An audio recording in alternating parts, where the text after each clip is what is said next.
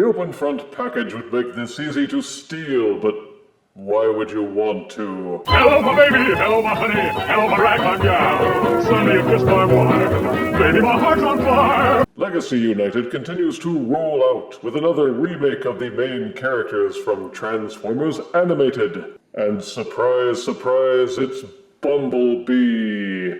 The plucky Autobot scout that for some reason Hasbro just can't get enough of. Voiced ably by Bumper Robinson for the show, he was portrayed as an ambitious go-getter, with turbo speed and a pair of arm-mounted flip-out electric stingers, the power levels of which seem to fluctuate wildly depending on what the script called for. Anywho, check out the colorful box alt mode art, and the bright yellow cardboard interior. See the Legacy United splash art on the side panel. Photos of both modes on the back. Smirky robot mode art on the other side. Now let's get Transformers Animated Bumblebee out of this box for his belated review. Oh, I'm afraid he couldn't be here. Out of box, Legacy United Transformers Animated Deluxe Bumblebee comes with his instruction booklet, 2 dinky transparent purple plastic turbo boosters, and 2 even dinkier translucent blue plastic stinger accessories with silver painted highlights. The alt mode is a sporty cruiser, which suits Bumblebee well enough as a vehicle. The colors are yellow and black. Duh. Following the animation model, there's a racing stripe over and down the left side, and they threw in his little police light on top, above the driver's side roof. They didn't paint the stripe over the headlights, and they painted the hubcaps, so it doesn't look quite as cheap.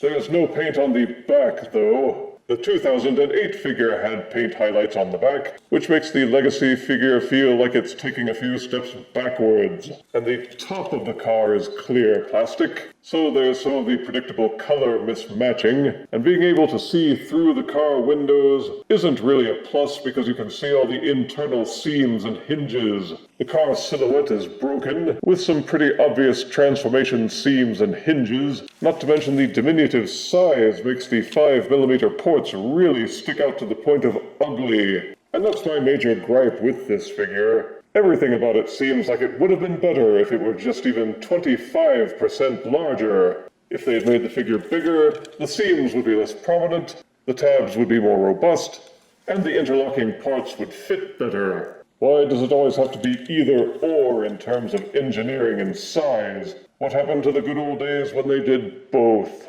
Anywho, there are 2 open 5mm ports on either side of the car, and 2 on the rear bumper section near the exhaust. This lets you fit the boosters in a few locations, and you can plug these stingers into the backs of the boosters to use as blast effects. You can use the other ports to plug in other War for Cybertron or Legacy compatible accessories, but given the small proportions of the car, I wouldn't recommend it, because it only draws attention to the fact that this figure is just so dang small. It rolls well on smooth surfaces, and all the robot parts are well hidden even from underneath. Compare it to the original Transformers Animated Bumblebee Deluxe, and you can see the difference between a 2008 Deluxe and what they want you to think is a Deluxe now. Not only is the inflation real, so is the disappointment. To transform to robot mode, very gently pry the rear wheels apart from the area near the back at the exhaust. Then untab and swivel up the back of the car. The side doors to the car form the robot arms.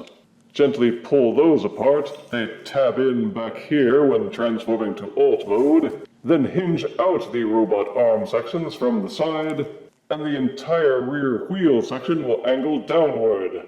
Untab and lift the front windshield section from these tabs at the front of the car, taking care not to put any stress on these little transparent plastic tabs. Fold the entire rear wheel section until they're folded outwards.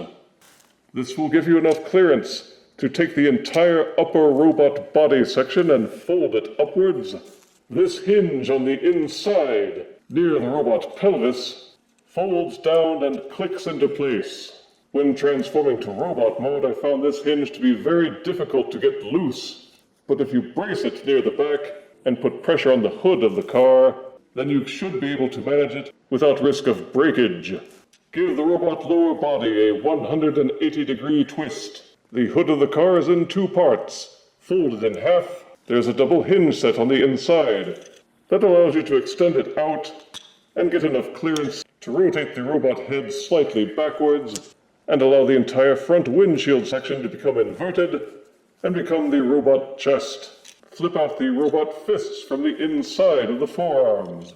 Then clamp down the side door section and tab it in place to complete the robot arm. Rotate the forearms so that the elbows are properly pointing forward. You will see this tab on the inside of the robot body, which corresponds to a tiny groove on the inside of the windshield. Make sure that those line up and push together, and it will hold the robot body firmly in place.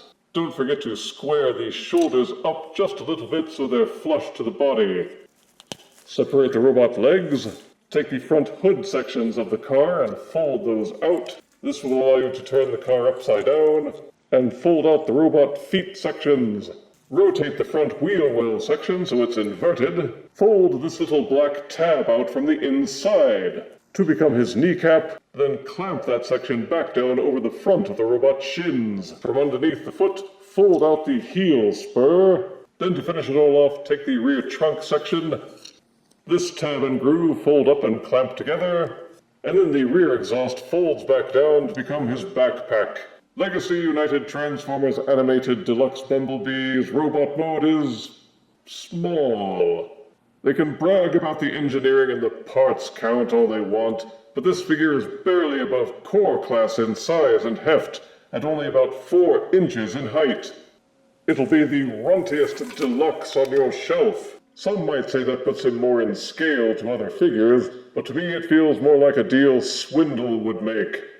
There are still vivid and contrasting colors with blaring yellow and deep black, silver hubcaps, and pretty blue eyes. They managed to squeeze in some detail with the sculpt, even preserving his insolent little smirk. But I can't help observing that they could have packed in more detail if they had made this figure a proper deluxe size. Based on the animated model as he is, it may appear that he has less detail in the sculpt. In that way, I suppose his diminutive size may work to some advantage, since the details that are sculpted in are packed in more closely, and therefore the figure looks more complicated than it really is. It maintains the biking helmet-style head for the animation model, the wheeled shoulders, and the overall body shape. It proportions well for the size, and in some way departs from the animation model in that the angles aren't quite as flared. There are 5mm ports in the hands, 1 on the side of each shin, 1 on each side of his torso just behind the shoulders, and 2 on his backpack. Any of these can be used to store or fit the transparent turbo boosters. You can still plug these stingers into the boosters to beef those up a bit. You can also replicate the dual stinger gimmick that he employed in the cartoon a few times. Open up the forearms, fold the fists inside the forearms and reclose, then fold an angle and bring the forearms in front of him like this, so that he looks like he's about to give you a hug. Then take these stinger accessories and plug those together. Jam the pegs into the tiny ports at the front of the forearms, with both stingers plugged together to form one, and the arms forming a tilted bracket. If you were hoping you could separate the stingers to aim them individually in each hand, then hope again. Because the way the ports are set up, they must always be angled, so you will have no choice but to tilt the arms for a funny, drooping look. Boo! Oh, I'm afraid he couldn't be here. The head is ball-socketed and can do a full rotation, but it's pretty stiff. The transformation hinge also allows the head to nod backwards and forwards a little. Combine that with the ball socket and you can get him to look up. The way the shoulders are hinged up for the transformation makes it a bit awkward. They are hinged here, but you can't get a full rotation because the parts crashing blocks it. But the shoulders can be squared in and out. A secondary hinge on the inside allows the upper arm to be hinged up and down, and there's still an elbow swivel, and the elbow can be bent a little over 90 degrees. There is full waist rotation. Disengage the transformation hinge, and there's even a modest ab crunch. Each leg will kick forward this far. Each leg will kick backwards about this far. Each leg can kick outwards all the way. There is an upper thigh swivel, and each knee can bend almost fully backwards in on itself. The feet can tilt slightly forward, and there is a side-to-side ankle pivot, but it only moves just a little bit. The heel spurs can also tilt up and down, so for the size, the articulation is good, even with the weak foot tilts. While the extra engineering is nice, they could have upscaled it to make it really solid. Oh, I'm afraid he couldn't be here. For size comparison, here is Legacy United Transformers Animated Deluxe Bumblebee next to Legacy United Voyager Transformers Animated Optimus Prime. Here is Legacy United Deluxe Transformers Animated Bumblebee next to Transformers Animated Deluxe Dinobot Snarl. Slag. And here is Legacy United Deluxe Transformers Animated Bumblebee next to Transformers Animated Deluxe Bumblebee. How's it going, short stack? Oh, I'm afraid he couldn't be here. I make no bones of the fact that I was a fan of Transformers Animated when it was a running series and a toy line. I was glad to see them make a comeback in the Legacy line, even in a small way. I hope they do more of the characters and figures from that show, and have been generally impressed by the recent remakes. For Legacy United Transformers Animated Bumblebee specifically, positives are good robot and alt modes, an involved transformation, some accessories to customize him, good articulation, and more complicated engineering than you normally see in a deluxe figure these days. The remake fixes some of the issues I had with the original figure, though I confess it creates a few new issues. Negatives almost all revolve around the tiny size of this so-called deluxe figure. The figure itself is just too small. The accessories are too small. The small size makes the more advanced engineering frustrating when transforming. They threw in transparent plastic when they shouldn't have because of the size. The double stinger gimmick works, but the angle on the hand stumps doesn't work when the stingers are separated. The runty size makes the alt mode imperfections seem more prominent. If you're generally sick of collecting Bumblebee figures, and if you weren't a fan of the Transformers animated series, then you may wonder why you should seek out this overpriced and undersized offering. They put in some good effort, but the minuses draw some points away. But Legacy United Transformers Animated Deluxe Bumblebee is still deserving of a 7 out of 10 death score. I may be small, but I'm scrappy. If you refuse me, honey, you lose me, then you'll be left alone. Oh, baby, tell them all, and tell me I'm your own.